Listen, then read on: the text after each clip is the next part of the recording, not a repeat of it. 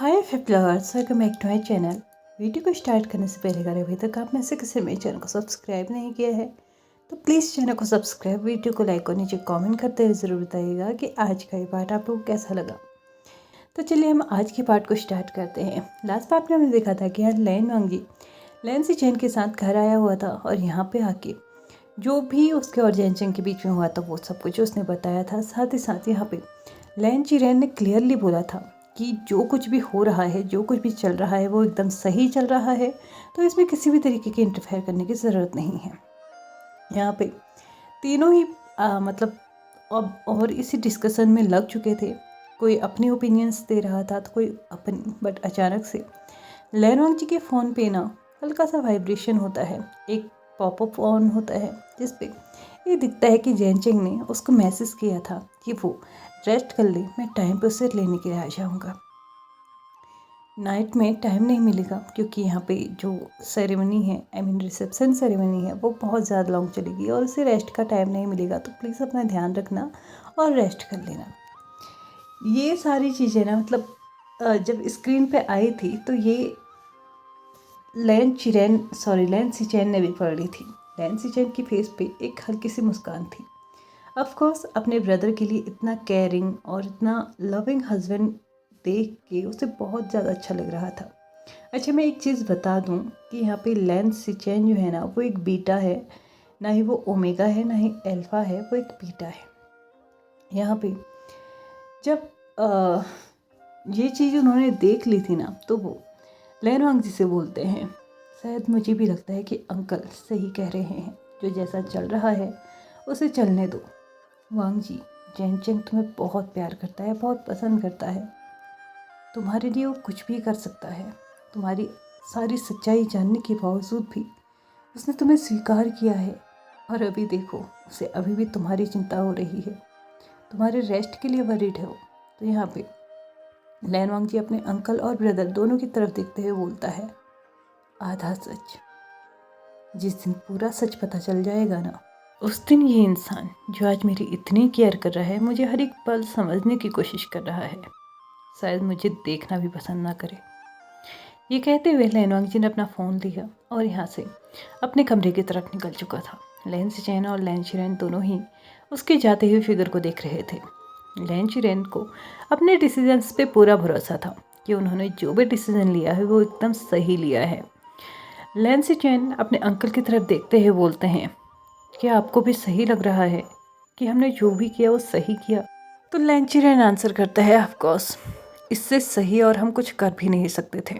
ऐसा कहते हुए वो दोनों भी अपने अपने काम में लग चुके थे। ऑफ कोर्स शाम को उन्हें भी जाने की तैयारी करनी थी, तो इस वक्त थोड़ा बहुत काम जो उनके घर में बच चुका था शादी की वजह से वो उन्हें निपटाना था। लैनवांग जी अपने कमरे में जाके उस मैसेज की तरफ ही देख रहा था जो कि जैनचेंग ने उसको भेजा था, और दूसरी तरफ उसे वो दिन भी याद आ रहे थे जब विंग भी एग्जैक्ट ऐसे ही उसकी केयर किया करता था। एग्जैक्ट मतलब हर एक चीज़ में, छोटी छोटी चीज़ों में वो हद से ज़्यादा वरीड हो जाता था। इवन नाइट में भी वो अपने घर में घर से कई बार लैनवांग जी के लिए, मतलब कभी बीमार पड़ जाए या कुछ हो जाए तो वो रात की 2 बजे 2:30 बजे ऐसे टाइम पे भी उसके लिए उसके घर आया है, उसकी हेल्प की है। लेकिन आज उस इंसान को उसके होने ना होने से कोई फ़र्क ही नहीं पड़ता है।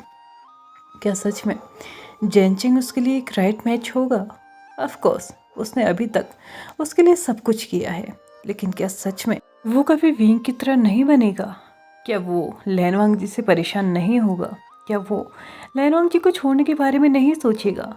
बहुत सारे क्वेश्चंस थे जो लैनवांग जी के दिमाग में चल रहे थे, लेकिन सबसे पहला क्वेश्चन अभी भी उसके दिमाग में बस यही था कि क्या उसे जैनचेंग के साथ आगे मूव करना चाहिए। ऑफ कोर्स हाँ, यही उसका आंसर था, लेकिन उसका दिल ये मानने के लिए तैयार नहीं था। लैनवांग जी कभी इन सोचों के चलते नींद में घुस चुका था, उसे पता ही नहीं चला। ऑलमोस्ट शाम के 3 बज चुके थे और यहाँ पे लैनवांग जी अभी भी अपने बेड में ही था। उसके ब्रदर उन्हें उठाने आते हैं और साथ साथ उसे ये भी बताते हैं कि जल्दी से तैयार हो जाओ, तुम्हें जैनचेंग जल्दी से जल्दी लेने के लिए आ रहा है। वो कब से तुम्हें कॉल कर रहा है, बट शायद तुम्हारा फ़ोन साइलेंट में है जिसकी वजह से तुम्हें दिखाई नहीं दे रहा है या सुनाई नहीं दे रहा है। उन्हें मुझे अभी कॉल किया था, तो उन्होंने मुझसे कहा है कि वो तुम्हें जल्दी से जल्दी रेडी होने के लिए कहते हैं, क्योंकि तुम्हें 4 बजे ऑलमोस्ट उनके घर निकलना है। लैन वांगजी अभी भी ये सोच रहा था कि ये क्या, मतलब इतने सारे झमेले क्यों। ऑफ कोर्स शादी हो गई है, अब चुपचाप एक साइड में हम हो सकते थे ना, लेकिन नहीं, बैंक्वेट रखना था, रिसेप्शन रखना था। मुझे नहीं पता चलता है कि ये सारी चीज़ें करनी ही क्यों हैं। लेकिन ये चीज़ें लैन वांगजी को कौन समझाए कि यहाँ पे वो लोग तो एक मिडिल क्लास फैमिली से आते हैं, लेकिन जिस फैमिली से अब वो बिलोंग करने जा रहा है या जिस फैमिली में वो जा रहा है वो मिडिल क्लास फैमिली से नहीं आते हैं।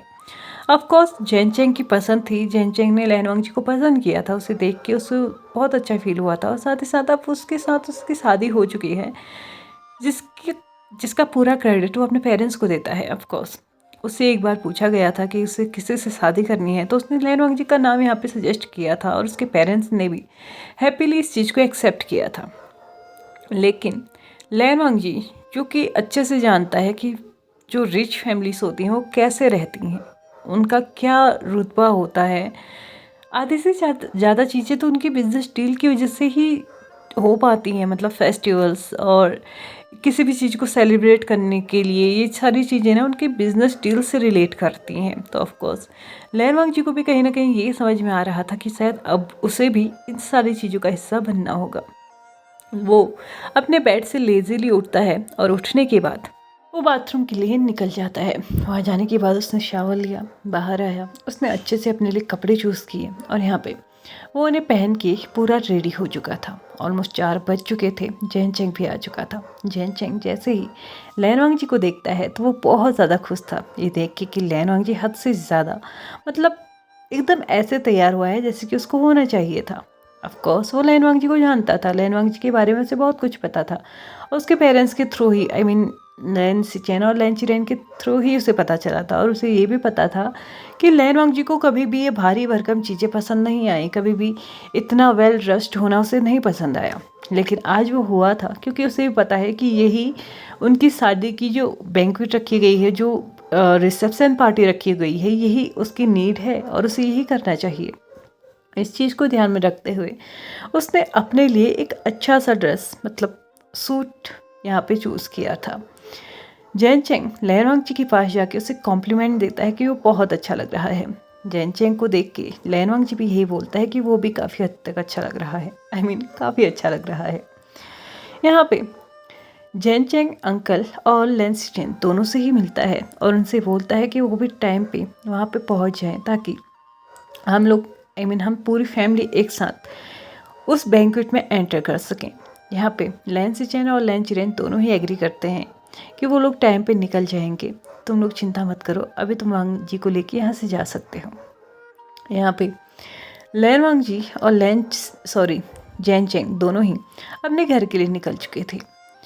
लगभग 4:30 बजे वो जियांग मैंसन भी पहुँच चुके थे। वहाँ पे जाके जैन, I mean aunt Yu, madam Yu Cheng इनका जो नाम है, मैं इनके नाम को प्रोनाउंस पता नहीं क्यों करना भूल जाती हूँ, मुझे नहीं पता, क्योंकि वो आदत हो चुकी है या फिर मैडम यू या फिर आंट यू कहने की। तो यू चेंग कहना बहुत, मतलब टफ़ तो नहीं है, लेकिन हाँ इतना आदत जैसा नहीं होता है, लेकिन फिर भी मैं ट्राई करूँगी, क्योंकि यहाँ पे विंग इनसे कहीं से कहीं तक कोई रिलेट नहीं कर रहा है, तो आंट यू या फिर मैडम यू कहना तो मतलब बेकार चीज़ ही हो जाएगी।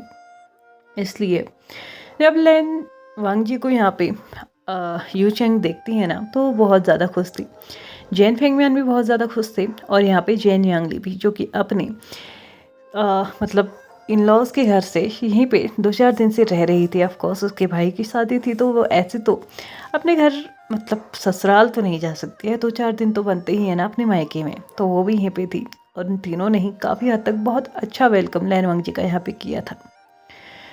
समय निकलते गया, 5 भी बज चुका था, और अब उन सभी का टाइम हो चुका था कि उन्हें हॉल में एंटर करना था, आई मीन बैंक्वेट हॉल में एंटर करना था। जितने भी सारे बिजनेसमैन थे ना, बड़े बड़े लोग थे, पॉलिटिशियंस वगैरह, या फिर पुलिस डिपार्टमेंट से जितने भी मतलब बड़े बड़े लोग थे, यहाँ पे हर किसी को इनवाइट किया गया था। ऑफ कोर्स शादी बहुत सादगी से हुई थी, बहुत नॉर्मल तरीके से हुई थी, बस फैमिलीज़ के ही लोग थे या फिर क्लोज रिलेटिव्स थे। लेकिन हाँ, आज यंग्स ने सभी को इनवाइट किया था। शादी में इनवाइट ना करने का सिर्फ एक ही रीज़न था, क्योंकि उन्हें लग रहा था कि शायद लेंस पे कुछ ज़्यादा ही बर्डन हो जाएगा।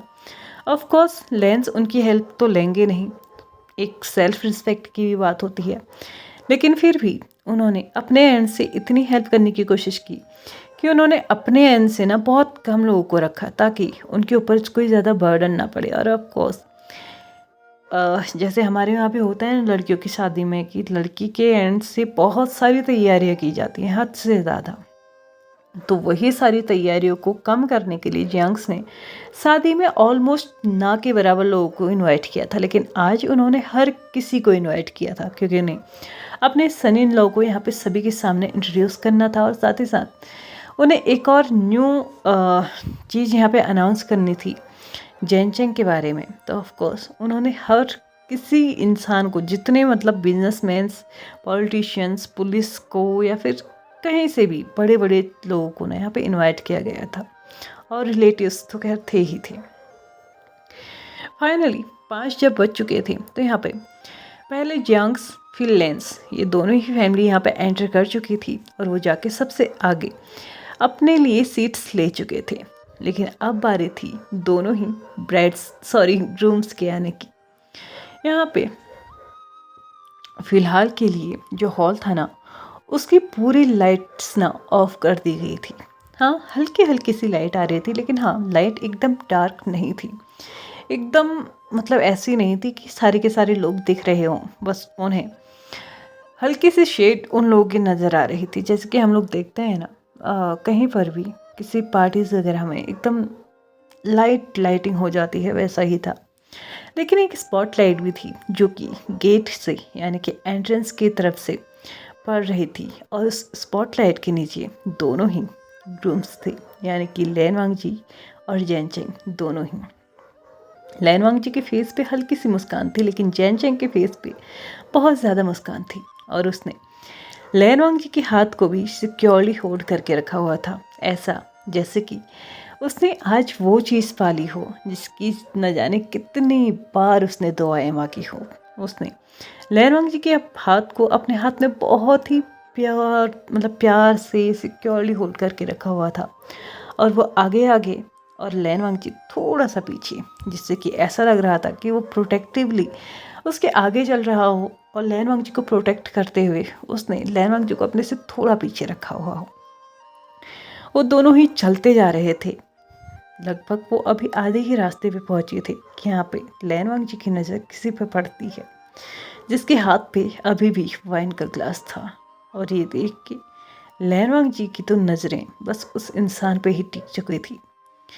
लैन वांगजी अपने कदमों को एक जगह पे रोक चुका था। जैनचेंग को लगा कि शायद थोड़ी देर के लिए यहाँ पे रुकना सही रहेगा। ऑफ कोर्स उनकी पिक्चर्स ली जा रही थी तो वो भी रुक चुका था, लेकिन यहाँ पे सामने से जब कैमरामैन यहाँ पे लैन वांगजी को फोकस करने के लिए बोलता है ना, तो वो कर नहीं पाता, जिसकी वजह से जैनचेंग का ध्यान अब लैन वांगजी की तरफ गया था।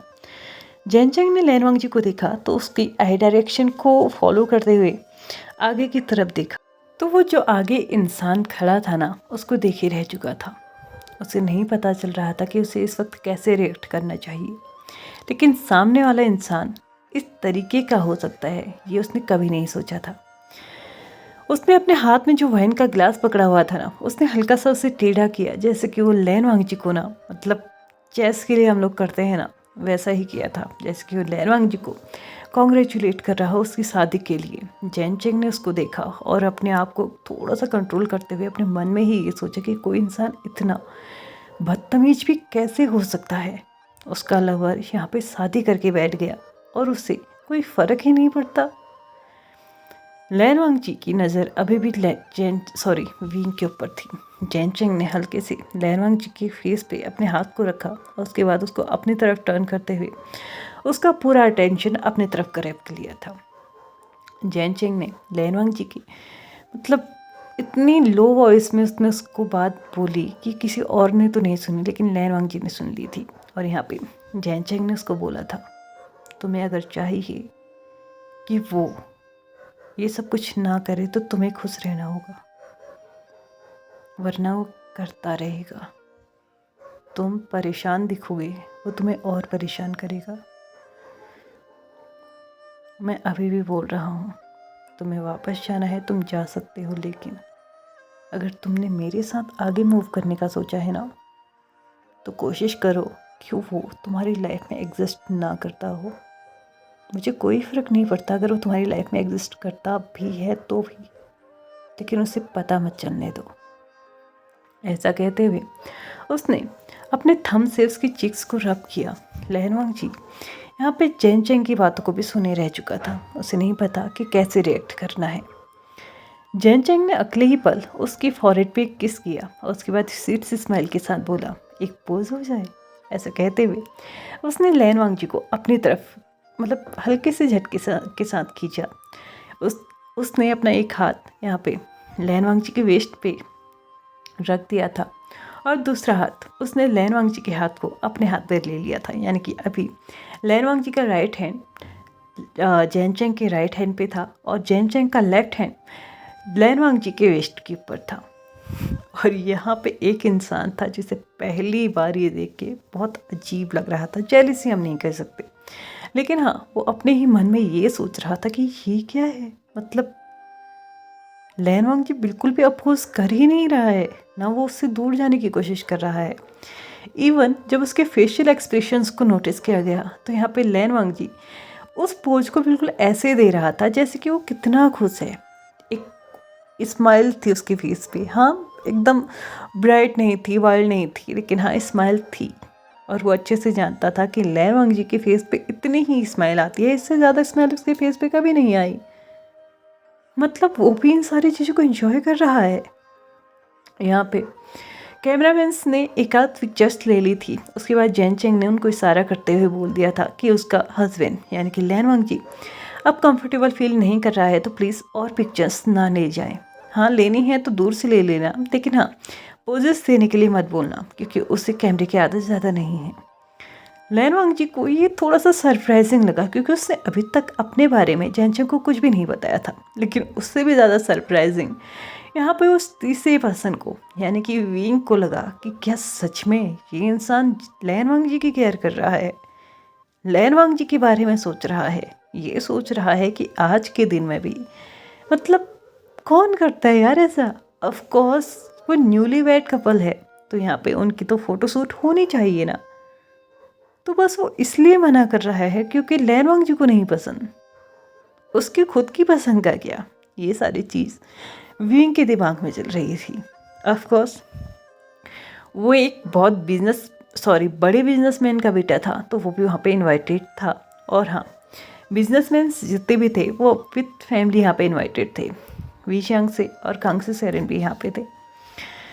फाइनली जैन चैंग और लैनवांग जी दोनों ही स्टेज पे पहुँच चुके थे जहाँ पे उन लोगों के लिए ऑलरेडी अरेंजमेंट्स करके रखी हुई थी। जियांग्स और लैंस वो दोनों भी वहाँ पे थे।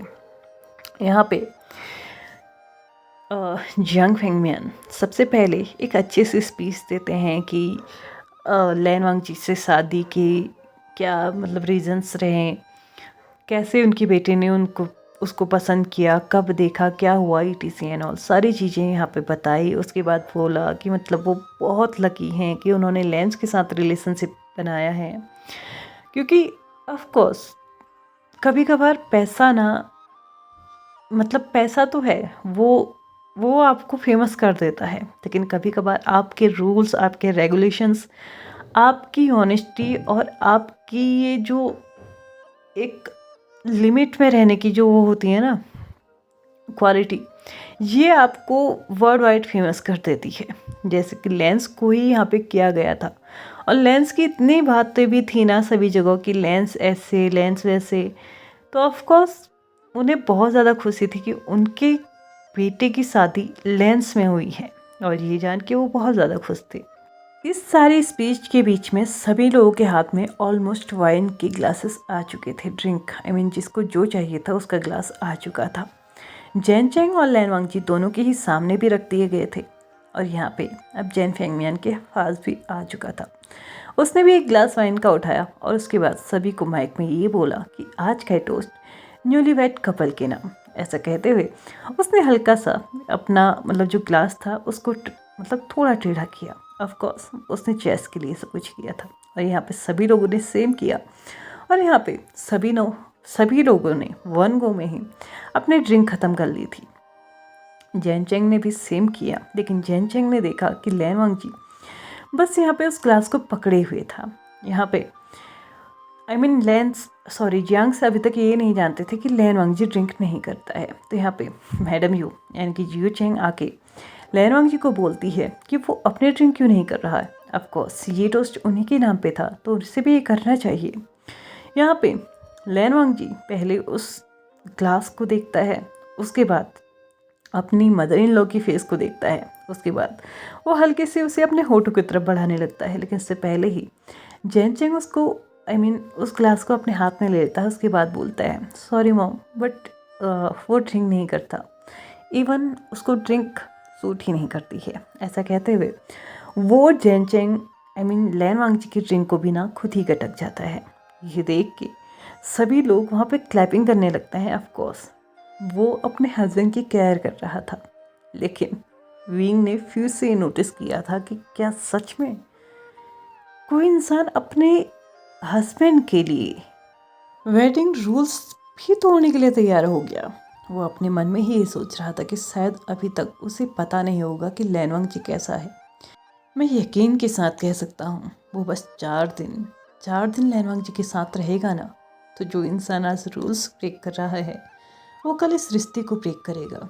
एनीवेज मुझे क्या, मुझे तो ड्रिंक एंजॉय करनी चाहिए। ऐसा कहते हुए वो फिर से बार की तरफ बढ़ चुका था। यहाँ पे सभी लोग ये देख रहे थे कि जैन चेंग अपने हस्बैंड के लिए कितना केयर कर रहा है, कितना अंडरस्टैंडिंग है, कितना केयरिंग है और कितना उसका ध्यान रख रहा है। और जियांग्स और लेंस ये दोनों भी इस चीज़ को बहुत ज़्यादा नोटिस कर रहे थे। लेकिन लैन वांगजी की नज़रें वो बार बार घूम फिर के ना विंग की तरफ जा रहे थे। जैन चेंग ने फिर से उसके कान की तरफ फुसफुसाते हुए बोला, क्या तुम उससे बात करना चाहोगे? लैन वांगजी ने जैन चेंग की तरफ एकदम शॉक्ड एक्शंस के साथ देखा और उसके बाद बोला, नहीं मैं यहाँ पे। लैन वांगजी अपने सेंटेंस को कंप्लीट कर पाता उससे पहले ही जैन चेंग बोलता है, कोई प्रॉब्लम नहीं है, तुम बात कर सकते हो, मुझे सच में कोई प्रॉब्लम नहीं होगी। ऑफ कोर्स जो बात तुम्हारे दिल में है उसे बाहर निकाल दो, तुम्हें उससे जो कुछ भी कहना है तुम वो कहो, ताकि तुम एक पीसफुल लाइफ एंजॉय कर सको। आज के लिए बस इतना ही। वीडियो पसंद आए तो please like subscribe and comment करते हुए जाइएगा। Thank you so much for watching my video and bye bye.